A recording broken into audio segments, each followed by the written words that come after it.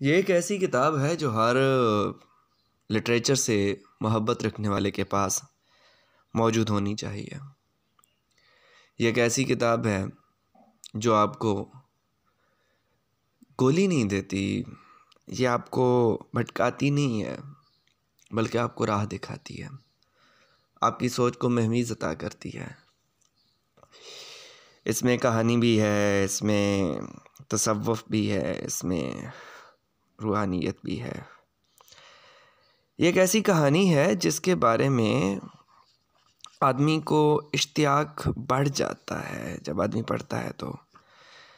The book of Mirdad, Mikhail Naimy की किताब। Mikhail Naimi का नाम खलील जबरान के साथ लिया जाता है कि ये खलील जबरान के करीबी तरीन दोस्तों में था, और खलील जबरान की जिस तसनीफ़ का हवाला दिया जाता है कि ये किताब मिर्दाद और खलील जबरान की किताब दी प्रॉफिट, जिसका अल नबी के नाम से तर्जमा हुआ, ये दो किताबों का नाम लिया जाता है। लेकिन दर हकीकत अल पैगम्बर या अल नबी या दी प्रॉफिट जो खलील जबरान की किताब है, जिसने उसको पढ़ा और उसने फ्रेडरिक नीत्शे की किताब 10 स्पेक ज़रतश्तरा, जिसका तर्जमा उर्दू में ज़रतश्त ने कहा के नाम से हुआ, जिसने उसको पढ़ लिया उसे मालूम पड़ा कि ये तो फ्रेडरिक नीत्शे का चरबा है।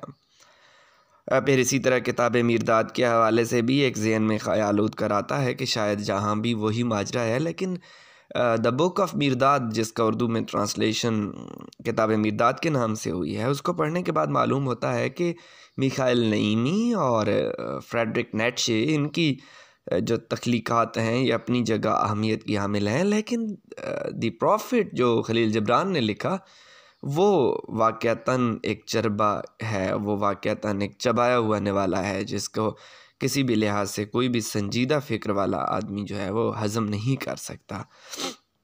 किताब मिर्दाद का पहला सफ़ा, जिस पे वो कैदी राहिब के नाम से वो एक बयानिया देता है।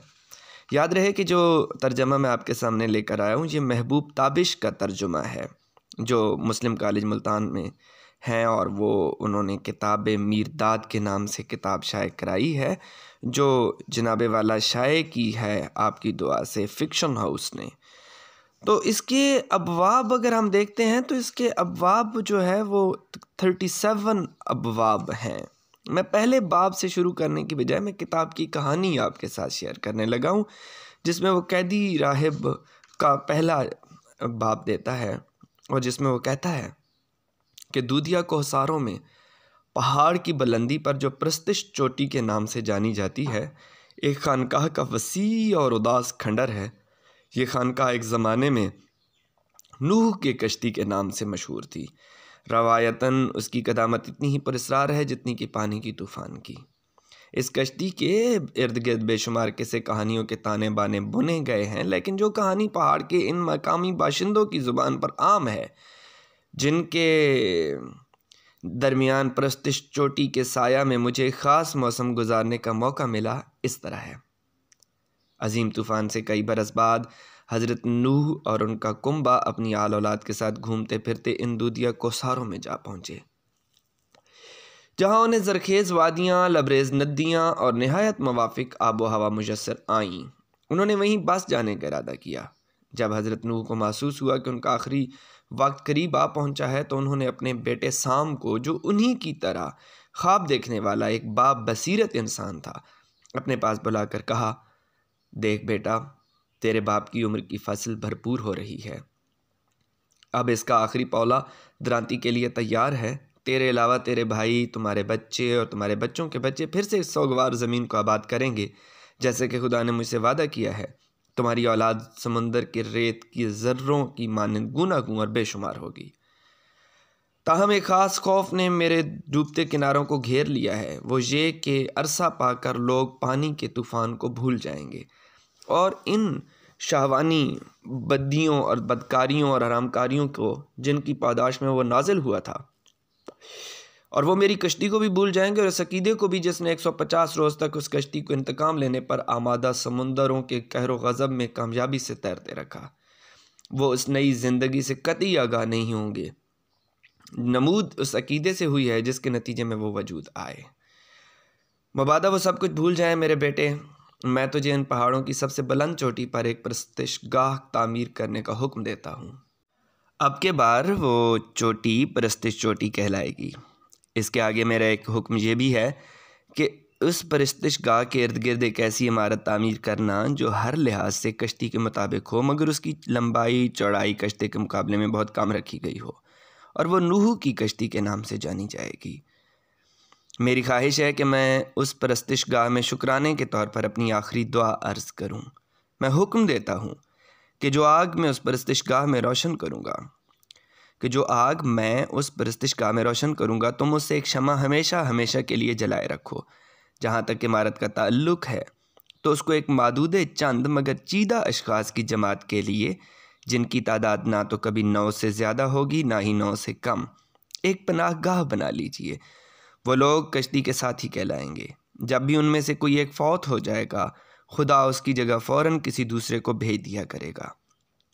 वो लोग उस पनाहगाह को छोड़कर कहीं नहीं जाएंगे, बल्कि उम्र भर यहीं इकट्ठे गोशा नशीन रहेंगे। वो माँ कश्ती की इबादत के पूरे पाबंद होंगे और यकीन की शमा रोशन रखेंगे। वो अपने और अपने जैसे दूसरे लोगों के लिए सबसे अजीम खुदाई ताकत से रहनुमाई हासिल करेंगे। उनकी जिस्मानी ज़रूरियात अकीदतमंदों की ज़कात से पूरी होंगी। साम जो हज़रत नूह का बेटा था, वो अपने बाप की बात को गौर से सुनने के बाद 9 की तादाद और ना हो उससे ज़्यादा ना ही उससे कम पे गौर करने लगा। तो उस उम्र रसीदा बुज़ुर्ग ने वजाहत करते हुए कहा कि मेरे बेटे, जो लोग कश्ती में सवार होकर पार लगे थे उनकी तादाद उतनी ही थी। सामने गिनती की तो उसे याद आया कि वो, उसका बाप और माँ, उसकी बीवी और उसके 2 भाई और उसकी बीवियाँ, तो ये तो तादाद 8 बनती है। हज़रत नूह ने अपने बेटे को हैरत ज़दा देखकर अपनी बात को और ज़्यादा वाज़ेह किया। देख मेरे बेटे, मैं तुझ पर एक बड़ा गहरा राज ज़ाहिर करने लगा हूँ। नवा शख्स छुपकर कश्ती में सवार हुआ था। उसको जानने और देखने वाला अकेला मैं ही था। वो हर वक्त मेरे हमराह था और मेरा मल्लाह था। उसके मुतालिक इससे ज़्यादा मुझसे कुछ ना पूछना, मगर उसको अपनी पनाहगाह में जगह देने से हरगिज़ न चूकना। साम मेरे बच्चे, ये मेरी ख्वाहिश है कि तू इसे पूरा करना। साम ने जैसा कि उसको उसके बाप का हुक्म था उसने वैसा ही किया। जब हज़रत नूह अपने बुज़ुर्गों से जा मिले तो उनके बच्चों ने उन्हें कश्ती में बनाई गई परस्तिशगाह के नीचे दफना दिया।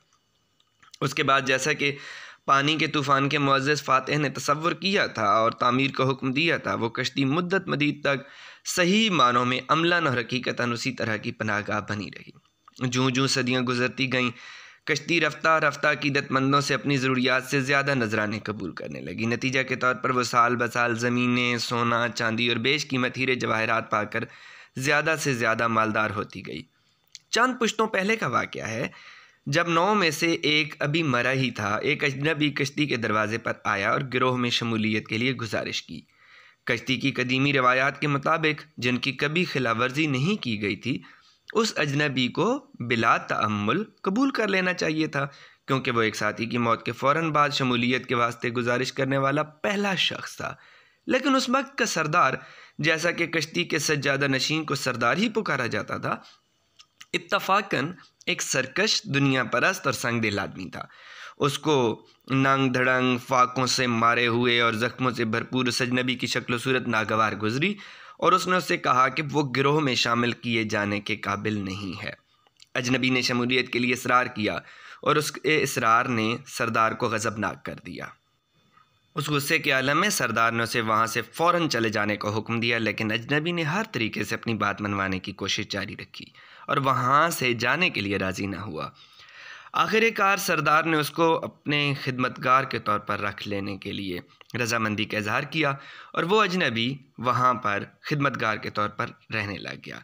सरदार उसके बाद एक अरसे तक इस इंतज़ार में रहा कि खुदा मर चुके साथी की जगह किसी दूसरे आदमी को भेजेगा, मगर कोई भी ना आया।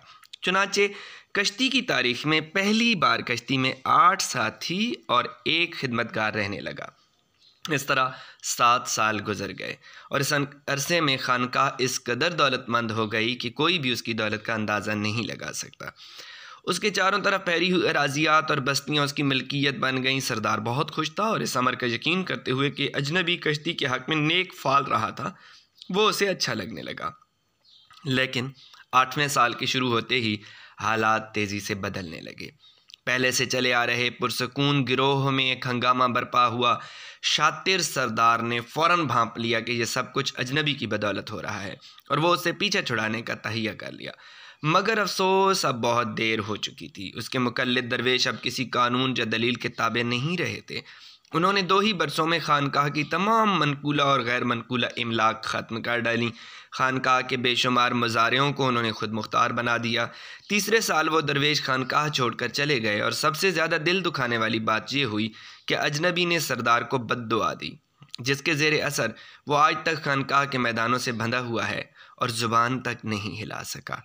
कहानी जो आम लोगों में राइज है वो इस तरह है कि ऐसे चश्मदीद गवाहों की कमी नहीं जिन्होंने मुझे यकीन दिलाया कि बहुत से मौक़ों पर, कई बार दिन में, कई दफ़ा रात को, उन्होंने सरदार को वीरान और अब तक काफ़ी से ज़्यादा खंडर बन चुकी खानकाह के इहाते में भटकते देखा था। कोई भी शख्स ऐसा नहीं था जो उसके होंठों से एक भी लफ्ज़ उगलवा सका हो, बल्कि जब भी कभी उसने अपने करीब किसी आदमी या औरत की मौजूदगी महसूस की, वो फ़ौरन ना जाने कहाँ गायब हो जाता। मैं मानता हूँ इस कहानी ने मेरा चैन लूट लिया था। एक तन्हा दरवेश को जो कई बरसों से इस तरह की कदीम खानकाह के सहन में या उसके गिर्द प्रस्तिश चोटी जैसी वीरान बुलंदी पर भटकता रहा हो, या उसकी परछाई तक को एक नज़र देख पाना एक ऐसा मंजर था जिसके लिए उलुल अज़मी से उसका तअक्कुब करना ज़रूरी था और जिसके इश्तियाक से दामन छुड़ाना नामुमकिन था। उसका तजस्सुस मेरी आंखों में खटकता था, मेरे ख्यालात को चोट पहुंचाता था, मेरे लहू पर झपटता था और मेरी हड्डियों और खाल में अंकस चबोता था। आखिरकार मैंने फ़ैसला किया कि मैं पहाड़ पर चढ़ूँगा।